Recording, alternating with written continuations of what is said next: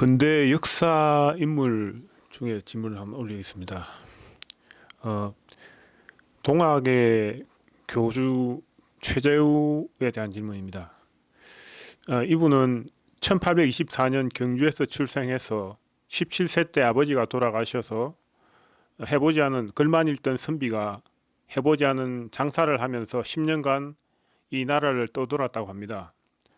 그리고 어려운 민중들의 삶을 보게 되고 그런 백성이 극복할 수 있는 사상을 모색하였는데, 그러다 어떤 스님에 의해서 기도 방법을 알게 되어 기도 수행을 하다가 37세에 신비로운 체험을 해서 속칭 상제님과 만나게 되었다고 하고, 그 뒤에 3년간 치열하게 자기의 사상을, 깨달은 사상을 전파를 하면서 그 기독교의 예수님처럼 3년간의 그런 사상 전파를 하다가 41세 때 1864년 사문얀적에 혹세무민했다는 제명으로 목을 베어서 효수되게 됩니다. 그 뒤에 이분이 행적이 끝나는 게 아니라 2대 최시영, 3대 촌병희, 이렇게 해서 현재까지도 동학 천도교가 유지되고 있습니다. 이 시대마다 절대자 하나님께서 찾아오셔서 어떤 메시지를 주고 그분을 사람을 통해서 세상을 바꾸게 하는 그런 역할을 하는 것이 아닌가, 그런 생각을 해보게 됩니다. 이에 대해서 질문을 올립니다. 고맙습니다. 수양을 하다가 상제님을 만났다. 상제님이 진짜 천지대자연 하나님인가 아니면 인신의 기운인가를 잘 알아봐야 돼요. 하나님은 아무나 영접할 수 있는, 아무나 볼 수 있는 기운이 아니에요. 하나님은 살생을 안 가리킵니다. 조화와 균형을 이루어 나가도록 가리키고 있어요. 동학혁명은 농민봉기로 저는 알고 있거든요. 그게 실패의 원인이 어디에 있는가? 너무 하층의 서민들이 일으켜 세운 것이라 일으킨 농민혁명, 동학혁명이라 그거는 오래 갈 수 없었다는 것이에요. 사랑은 내리사랑을 가리킵니다.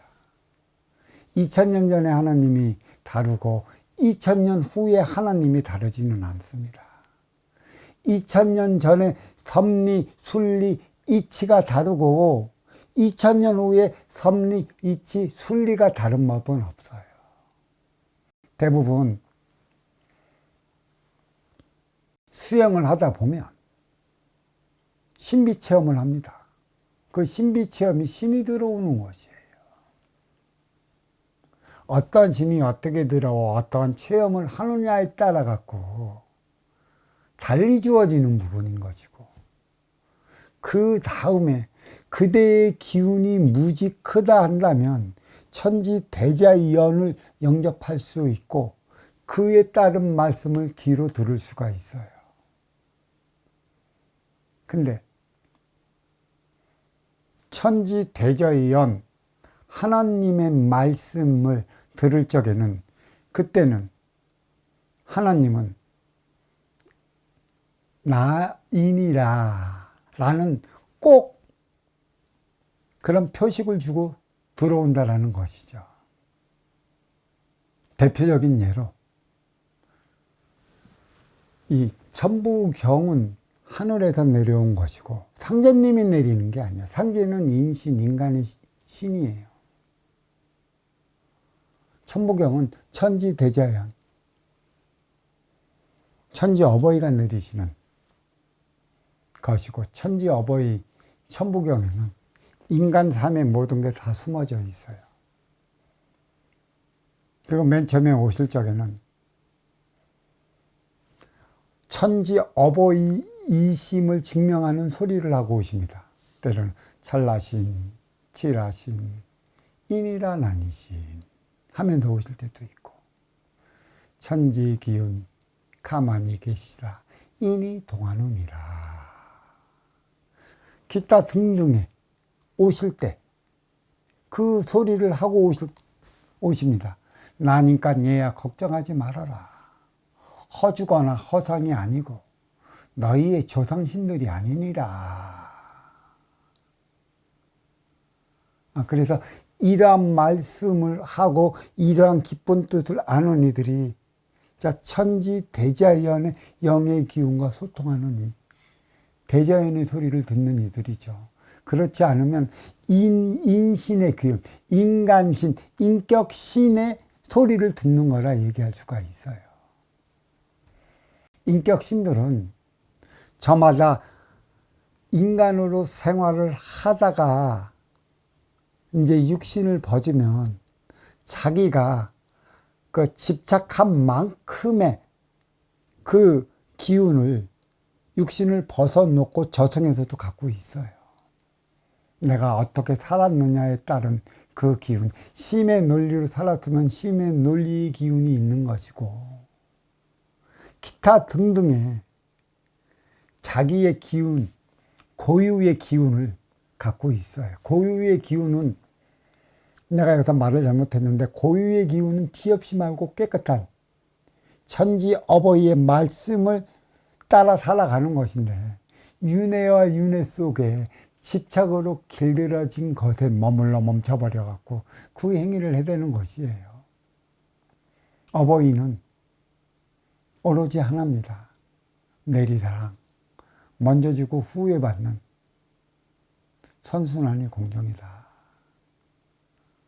그것을 가리키기 위해 철라신, 쥐라신, 인이란 아니신 천지 기운 가만히 계시다 인이동하느니라. 길이는 삼천리, 둘레는 칠천. 이게 어느 그 도파의 그 스승이 했던 소리예요. 근데 이분도 천지 대자연으로부터 공부를 했기 때문에 이 소리를 하는 것이고, 저도 그러한 과정을 겪기 때문에 이러한 게 왔다는 것을 알게 되는 것이죠. 그래, 이 동학이라는 게 뿌리가 있으면 몸통이 나와요. 몸통이 나오면 가지가 나오는 것이죠. 이 뿌리는 천지 대자연으로부터 시작을 돼요. 음의 기운. 이거는 천지 대자연, 섭리, 이치, 순리는 하늘에 계시는 어버이가 주어지는 그 씨로 인해 뿌리를 내리는 것이에요. 그 뿌리에서 몸통이 나오는 것이죠. 몸통이 우리의 인간으로 얘기를 하는 것이고, 인격 신들을 얘기를 하는 것이에요. 그래서 인간에서 가지의 열매 자손이 나오는 것이죠. 다시 얘기한다면 뿌리가 없는 몸통은 그 마천루라 얘기할 수가 있어요. 천지 어버이의 가르침이 없는 인격 신들에 의해 움직이는 모든 것들은 뿌리가 없는 마천루라. 길어야 일대 36년이면 너희는 가지 못한다는 얘기예요. 이 동학사상이 그 19세기 말 20세기 초 그때 동학사상이 나왔는데, 지금은 천도교가 있다고는 했지만 일대 36년, 길어야 36년에 의해 명맥이 끊겨 있어요. 근데 왜 그게 지금까지도 유지되느냐? 앞으로의 모든 신앙적 종교가 없어지지는 않습니다. 누군가는 그것을 지켜가기 위해 명맥을 다해요. 왜? 예전에는 이러한 종교도 이런 게 있었느니라 라는 걸 보여주고 가르침을 주기 위해 유지하게 만들어놔요. 개혁은 말입니다. 혁신은 말입니다. 혁명은 말입니다. 농민으로부터 시작되면은 이거는 뿌리가 없는 몸통의 개혁이라 결코 일어설 수 없는 것이에요. 뿌리가 있을 때 혁명, 혁신은 이루어지는 것이에요. 가장 중요한 건 상층의 개혁이 있을 때 중층을 통해 하층이 자리를 하는 것이에요. 지금까지 모든 개혁은, 모든 혁명은, 모든 혁신은 밑에 있는 하층의 서민들만 들들 볶았어. 상층이 움직여주지 않은데 어찌 그 혁명이 성공할 수 있겠느냐는 것이죠. 제발 혁신을 일으키고 혁명을 이루려 하거든 밑에 있는 하층의 서민들만 들들 볶지 마라. 상층에 있는 이들이 선순환의 개혁을 이룰 때만이 이룰 수 있는 것이고 상층은 뿌리, 중층은 몸통, 하층은 가지로서 그게 중심을 잡아나갈 수 있는 것이라. 물론 그 삶이 얼마나 거룩했는지는 모르겠으나 예수님처럼 3년의 삶을 살았다고 얘기를 하는데 과연 그럴까? 천지 아버지께서는 말씀하셨습니다. 지금까지 내 옆에 있는 이는 그것은 단 하나의 자식 예수밖에 없느니라 라는 말씀이 계셨어요.